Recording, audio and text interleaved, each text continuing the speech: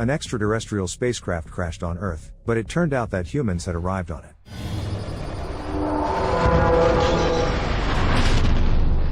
During an astronomy class, the teacher enthusiastically tells the students about the upcoming meteor shower that Earth's inhabitants are about to witness soon. However, the teenagers seem uninterested in the teacher's story and are absorbed in their own concerns. Julia, along with her best friend Svetlana, discusses her new boyfriend, Artem. Despite enjoying her time with the handsome young man, Julia often finds it difficult to come up with conversation topics. The conversation between friends catches the attention of a classmate nicknamed Google. He secretly harbors feelings for Julia and always gives her the right answers during lessons. The teacher warns the students that a meteor shower always foreshadows tragic events. In the distant past, people considered a meteor shower a blessing for the crusade, but ultimately, all crusaders perished in the desert. A student asks if today's meteor shower poses a danger to Earthlings. The teacher uncertainly asserts that meteorite fragments will burn up in the upper layers of the atmosphere. Artem picks up Julia from school, leaving her friend alone. At home, she faces an unpleasant conversation with her father, Colonel Valentin Lebedev. The girl wants to join her friends and go karting to observe the meteor shower, but her father believes that a large gathering of people could be dangerous and prohibits her from leaving the house. Upon learning this, Artem promises to rescue Julia from confinement. Meanwhile, an extraterrestrial spacecraft enters a stream of meteorites, damaging its camouflage. Russian military detects the rapid approach of an unidentified aerial object to the capital.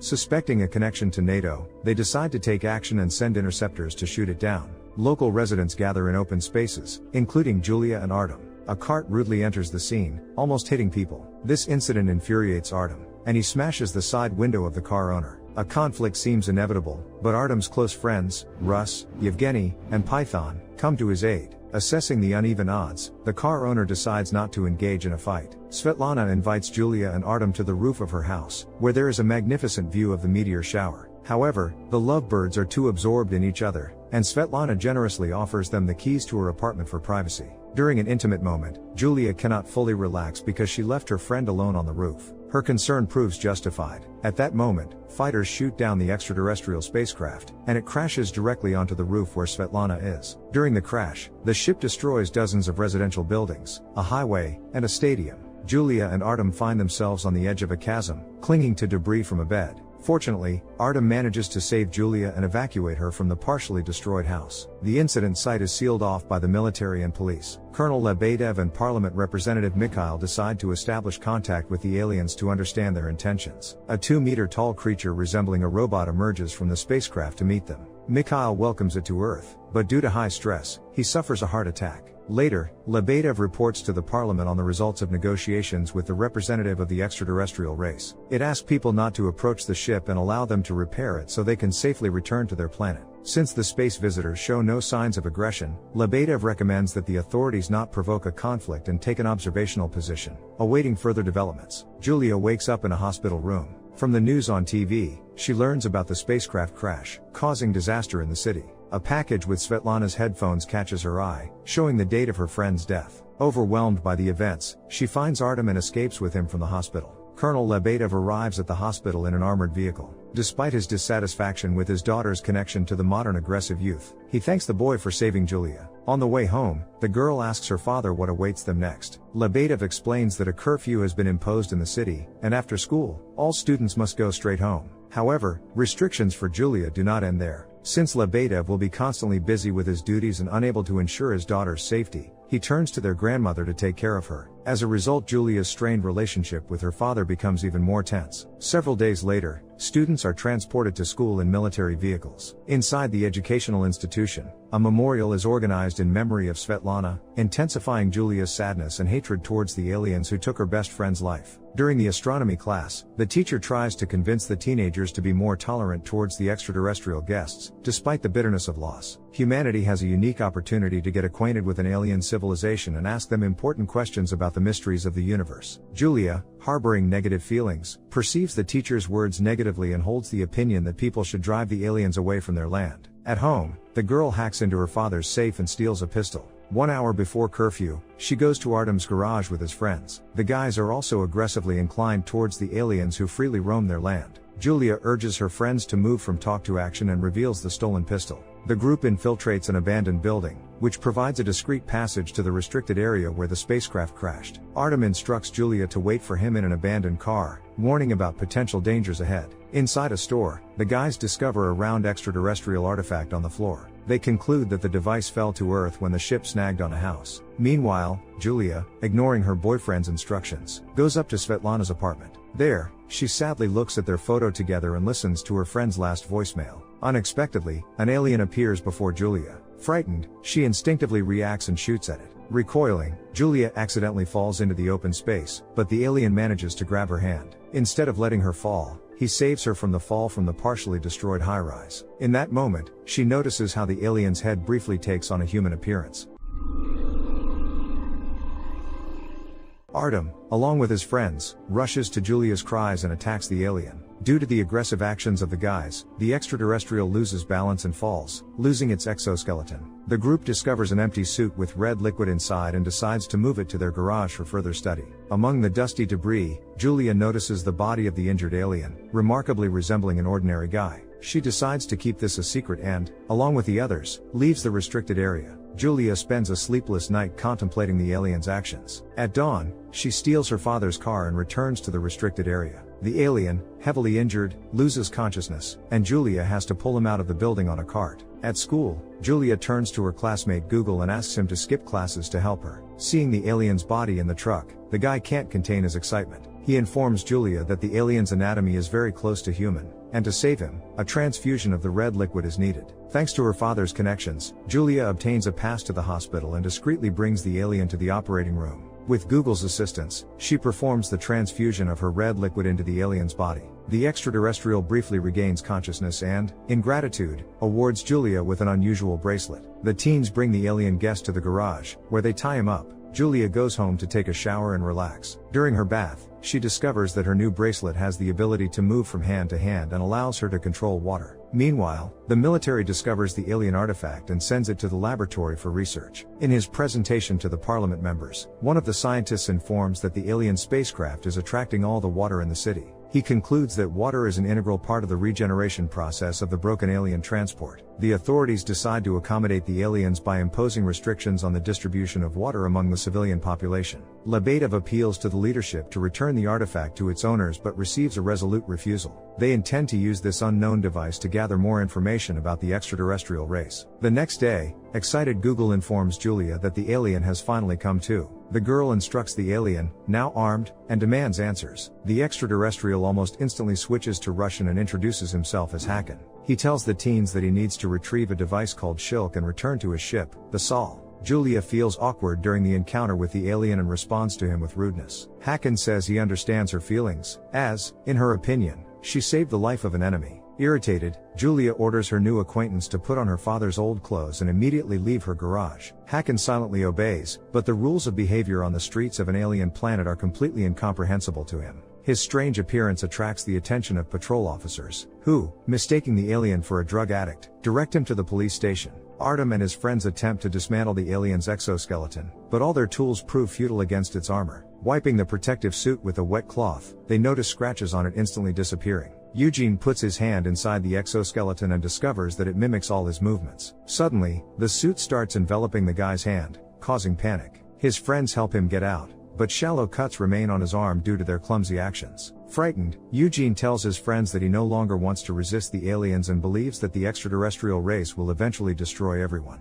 Russ kicks him out onto the street. In rage, Eugene yells at his friend that the aliens will deal with him first. Artem decides to get rid of the dangerous suit and arranges a meeting with Colonel Lebedev. With his friends, he arrives at a checkpoint where local residents have been waiting for water distribution for a long time. Tension among the population grows, and an enraged man from the crowd throws a rock at a police officer. Unable to see the attacker's face, the law enforcement officer assumes it was Russ and lunges at him. Python tries to defend his friend but receives a strong blow to the head with a baton. Artem quickly puts his friends in the car and orders them to go to a safe location. Chaos ensues, and local residents intend to break through the police live wall. Artem tries to pull people away from the confrontation, warning of the danger of attacking law enforcement. He wants to help the injured police officer, but in the confusion, other representatives of law enforcement perceive his actions as an attack. They strike the guy with a baton and forcibly drag him to a vehicle for transporting prisoners. Colonel Lebedev arrives at the scene and asks Artem what he wanted to show him. The guy looks at the injured police officer, who decides to cowardly remain silent about Artem trying to save him.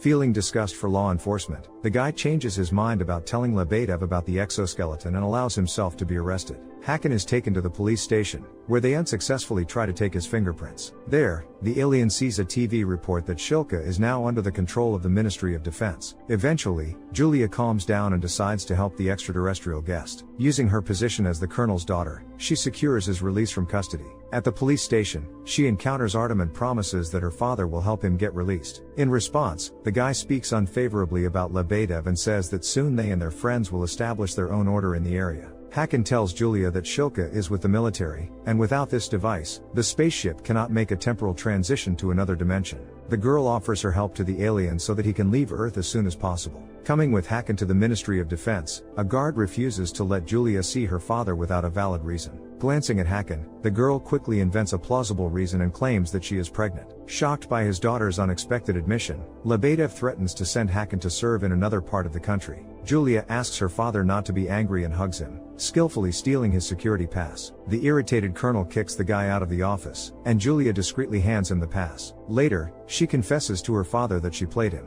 The girl, with a sad smirk, says that this is the first time her father has agreed to listen to her in a long time. Lebedev is constantly absorbed in his work and has completely stopped being interested in his daughter's life. She still feels resentment towards her father for sending her to camp when her mother was seriously ill and had little time left. The colonel sought to protect his daughter from pain but did not provide her with the opportunity to say goodbye to her mother. Hakan, wearing a protective suit and using the colonel's pass, infiltrates the laboratory. Placing his hand on the artifact, he extracts a glowing core from it and silently leaves, leaving the lab technicians in amazement. The emergency alarm goes off in the building, and Lebedev evacuates Julia and Hakan from the Ministry of Defense. Artem is released, and he informs his friends that he intends to start fighting the aliens. In the garage, the guys secure a metal grill on the car's windshield, prepare a Molotov cocktail mixture, and load bats into the trunk. Artem calls Julia and apologizes for his recent rudeness. He invites his sweetheart to join them in the garage, but the girl no longer seeks revenge and refuses the meeting. Julia tells Hakan that they won't be able to approach the ship unnoticed before curfew. To pass the time, the girl suggests the extraterrestrial have dinner at her place. In her apartment, they are greeted by an old blind dog named Charlie. Touching the pet, Hakan discovers with horror that he is in pain. Julia confesses that she is not ready to part with Charlie, as her mother gave her this dog. Julia's grandmother enters the room, and Julia briefly steps away to tell her about the strange guy in their house. When she returns, she is surprised to find that Charlie's eyes can see again. Hakan shows her Shilka and explains that this artifact is the source of eternal life. Since Hakan has been in constant contact with this remarkable object, he himself has become immortal. Julia treats the extraterrestrial guest to pancakes and feels warm feelings towards him growing in her heart. At that moment, news footage shows Hakan at the Ministry of Defense's surveillance cameras near the laboratory. Colonel Lebedev unexpectedly bursts into the house, but the young people manage to escape. Meanwhile, Artem assembles a resistance team and spreads propaganda videos on the internet, urging people to unite to resist the aliens. Julia finds the last gift from her friend in her backpack, 2 tickets to the concert of their favorite artist. She decides to go there with Hakan to blend into the crowd and wait for curfew. During the performance, the alien leans against Julia and telepathically transports them to his home planet, where they witness a breathtaking world. He tells the girl that his planet's climate is similar to Earth's, but free from environmental pollution. Its inhabitants are like Earth people but have long found a way to live forever, avoiding suffering. Hakan did not want to attack Earth. He wanted to quietly explore a planet similar to his own before making contact with Earthlings. Caught in a meteor shower, the camouflage of his ship malfunctioned, leading to a military attack on the aircraft. If anyone from the humans tries to board the ship, Saul will destroy them, protecting the technologies of his planet. Eugene, also present at the concert, spots Julia in the crowd and hastily informs Artem that his girlfriend is now with someone else. The artist announces from the stage that curfew has begun, and everyone present needs to leave the venue. Julia leads Hakan to a secluded area and says her goodbyes to him. Unable to restrain their feelings any longer, the couple kisses. At that moment, Artem calls Julia, and she breaks up with him over the phone. Unexpectedly, Artem appears from an alley with his friends and attacks Hakan.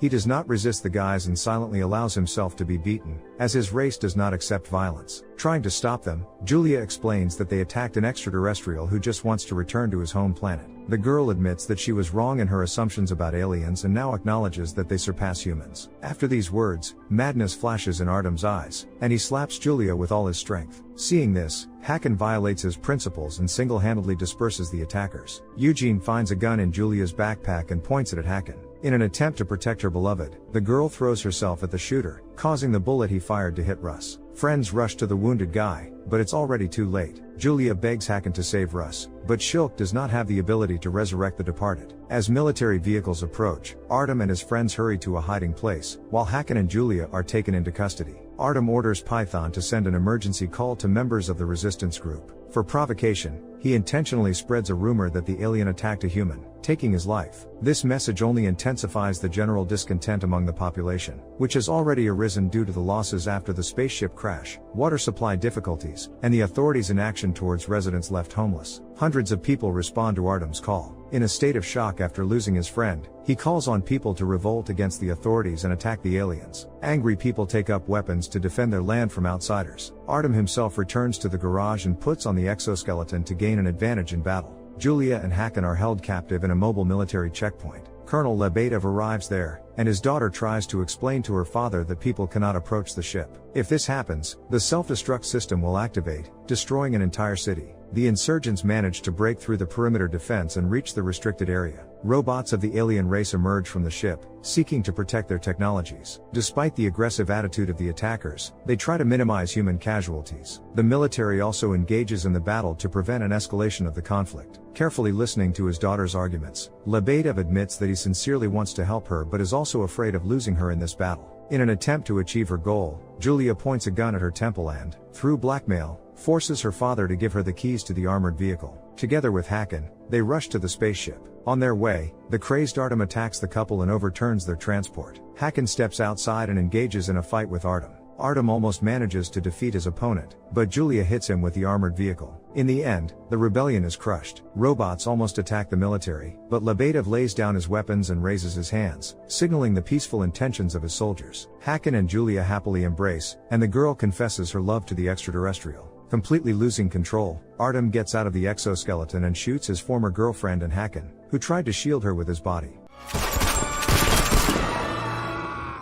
The colonel's greatest fear comes true as he rushes to his lifeless daughter's body. Robots carry Hakan and Julia inside the spaceship and place them in regeneration capsules. The artificial intelligence Saul addresses Lebedev, informing him that his daughter will live, thanks to Hakan. Loving the girl, he sacrificed his immortality for her salvation. Saul reveals that Hakan concealed his expedition to Earth from everyone. Despite nearly ideal climatic conditions, our planet is off limits for open visits due to an extremely aggressive social environment. However, the self-sacrifice of Julia and Hakan has caused the artificial intelligence to reconsider its opinion of Earthlings, and it must now transmit the acquired knowledge to its home planet. Julia regains consciousness and tearfully looks at Hakan's lifeless body. Shilk is returned to its place, and the spaceship departs from Earth, forever changing the lives of the local residents. In Hakan's capsule, the regeneration process is initiated, implying that the extraterrestrial may have survived. At the end of the story, Julia reflects on the fact that an extraterrestrial from another planet was able to believe in humanity more than humans themselves. What are your thoughts? Do you believe that humanity is ready for contact with extraterrestrial civilizations? Share your thoughts in the comments below, and don't forget to subscribe